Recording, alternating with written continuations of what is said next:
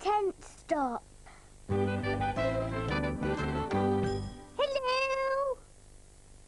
Peggy! Peggy! Hello, Peggy. Hello.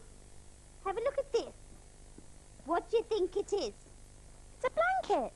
Oh, no, it's a blanket. Well, why did you ask me then? No, I mean, what's underneath the blanket? Oh. Those two humps sticking up.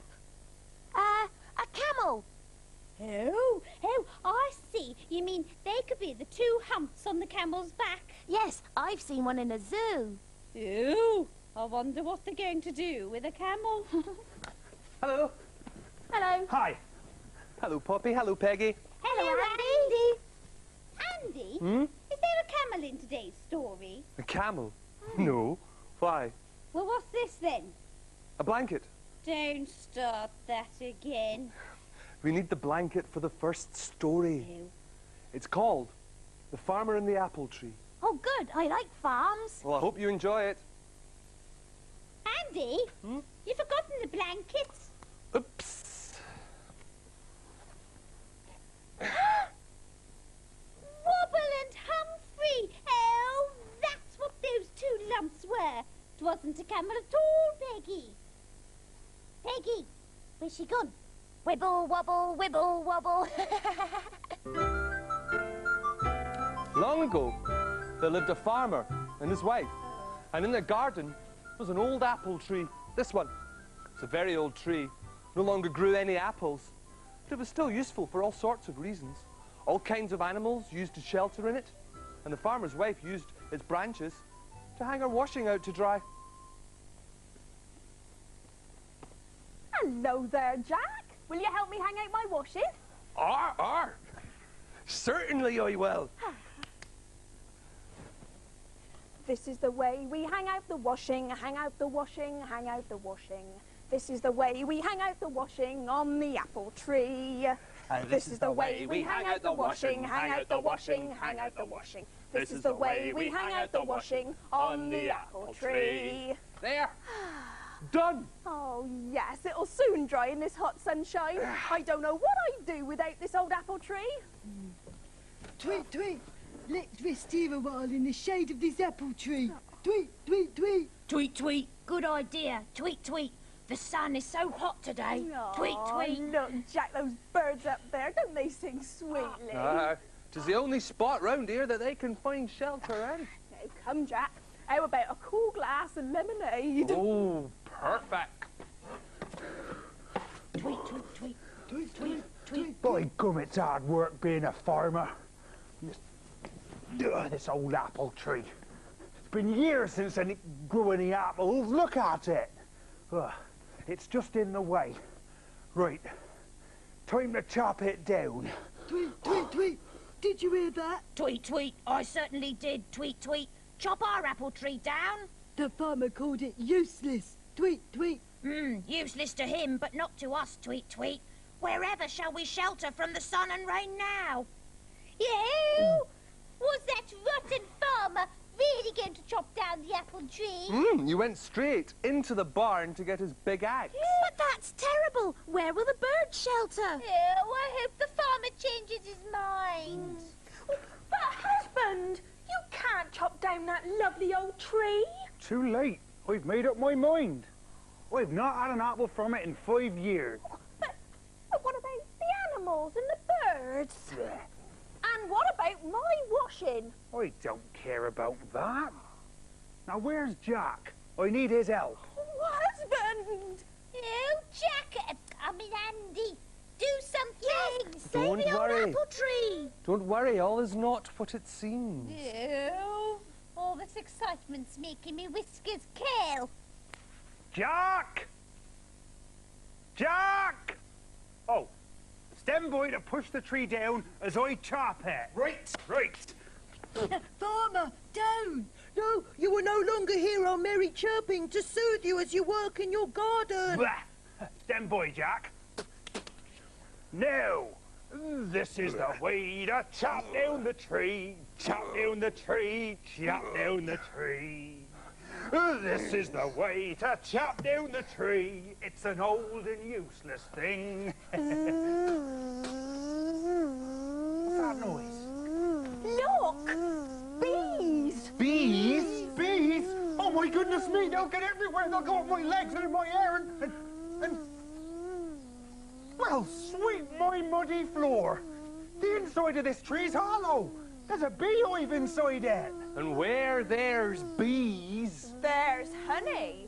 Honey? I love honey. It's my favourite treat.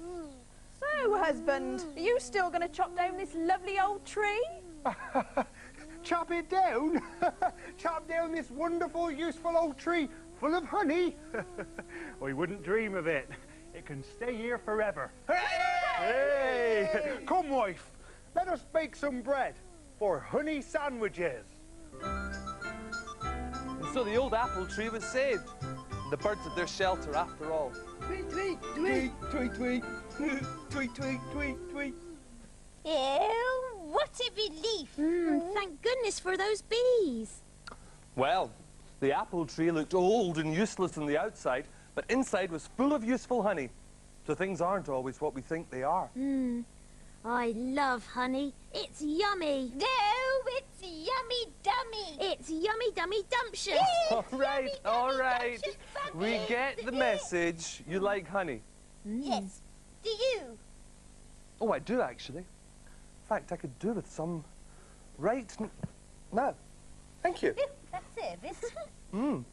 Andy, pass us up a sandwich, please. Here you are. Oh, lovely. Tuck in, Peggy. Okay.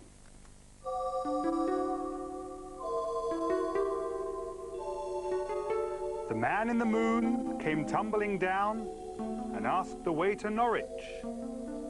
He went by the south and burned his mouth with eating cold peas porridge. The moon? Mr. Moon, you're up too soon. The sun's still in the sky. So go back to bed and cover up your head and wait till the sun's gone by. Another moon? The man in the moon looked out of the moon, looked out of the moon and said, "'Tis time for all the children on earth to think about going to bed." Who are all these moons? Ah! Why have you got moon masks? Well, there's a moon in the next story. Come on, let's go and get ready. Right. Right. It's about a statue called Mungo. That's a funny name for a statue. Oh, well, Mungo is a funny statue. Who? Mungo lived in the middle of a children's playground.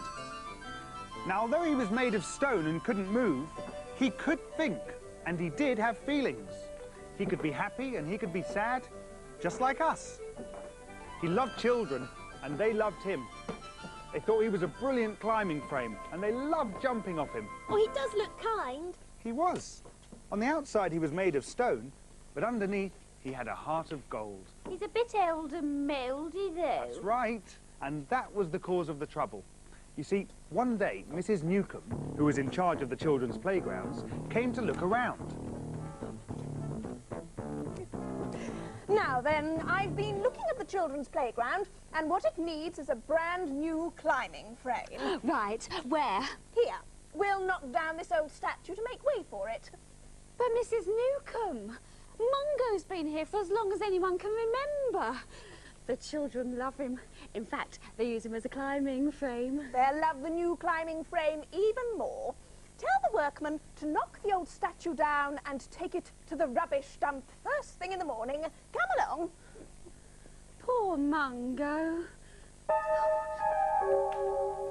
Mungo was very sad.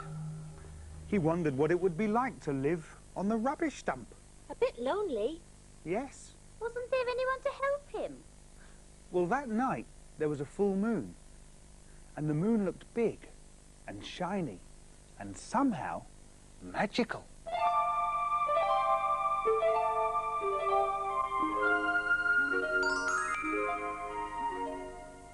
Mungo!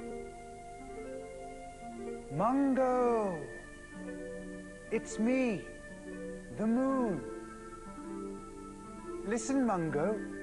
Tonight, I am full, and I have the power to do magic. I give you the gift of being able to speak.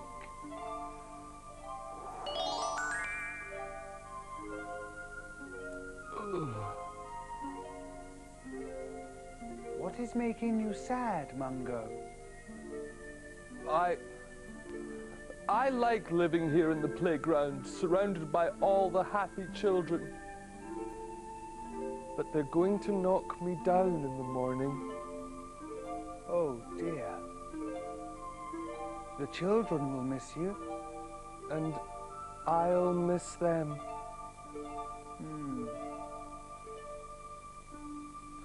Well, Mungo, I won't be here to help you in the morning, but I'll tell you what I can do. What? I'll give you the gift of life. I'll be able to move?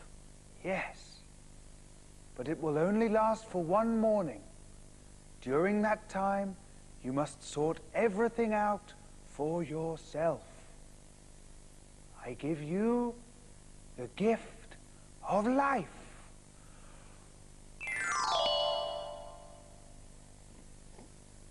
I can move.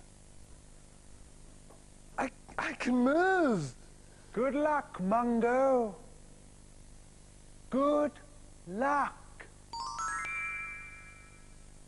The man in the moon to the rescue! Well, not quite, Poppy, because there was still the problem of Mrs. Newcomb and the bulldozers. Oh yes, what happened? Well, Mungo was still in his place. Nothing had changed. Mrs. Newcomb and the workmen arrived to knock Mungo down, but Mungo had a few surprises in store for them. Ah, the bulldozers are here. We'll soon have this old statue knocked down. Funny. Did you see anything, Miss Blossom? No. Oh. It looks uglier than ever. Where have those workmen got to? What did you do that for? I didn't do anything. Then who did? I don't know. Really stop these children's games, Miss Blossom. I didn't. Hand over my hat. I haven't got your hat. Oh! Look! How on earth did it get up there? Oh, I've had enough of this. Come on, let's gee up those workmen.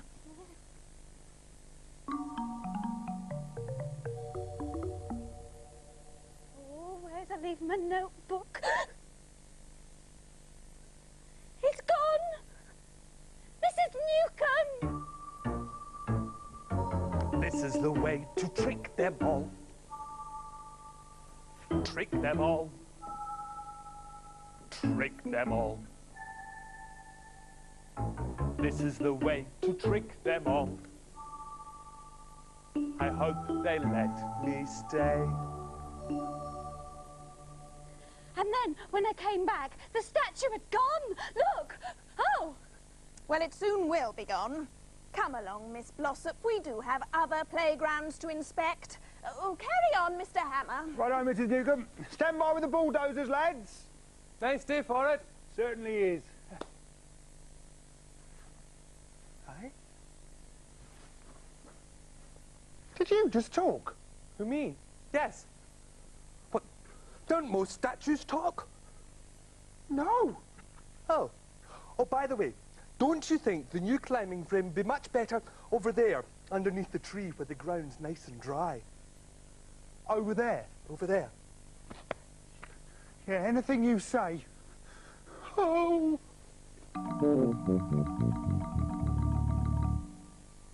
Ew, naughty Mungo scared that workman. He did a bit, but it did the trick. How? Well, as a matter of fact, Mungo was right. Underneath the tree was a better place to put the new climbing frame. You see, Mungo had been living in the playground for so many years, he knew it inside out. He knew that if the new climbing frame was put under the tree, the children could play on it even if it started to rain. They'd still be dry. Exactly. Didn't Mrs. Newcomb get cross when she saw what had happened? not really. Ah, wasn't it a good idea of mine to put the new climbing frame under the tree instead? Nice and dry.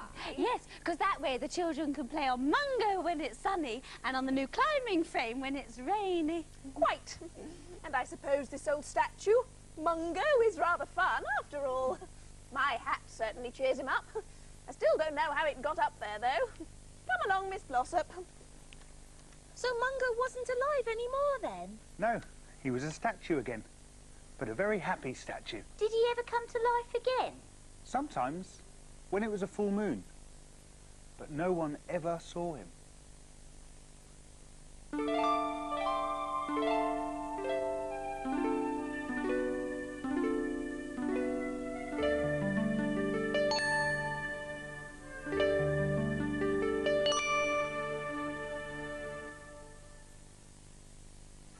Have you ever seen a statue move? No, don't be silly. No, statues don't really move. They stay very, very still. Yeah. Hey, I know a statue game. Who? I'll do an action, and then I'll stop very still, like a statue, and you have to guess what I'm doing. Right. All right? And see if you can guess too. I'll do it up here. Who? Ready? Oh, no, yes, you're a flamingo on one leg. No. You're an ice skater. No. Well, give us a clue, David. Okay. You're a ballet dancer. No. You're playing football. So well done, Peggy. Sure go on. Right. Where's she gone? I'm over here. Oh, yes, so you are. Have you started yet? Yes. You're being wobbled. No. Ew. Are you a tree? No. Give us a clue. All right. I'm on a farm and I go shoo, shoo.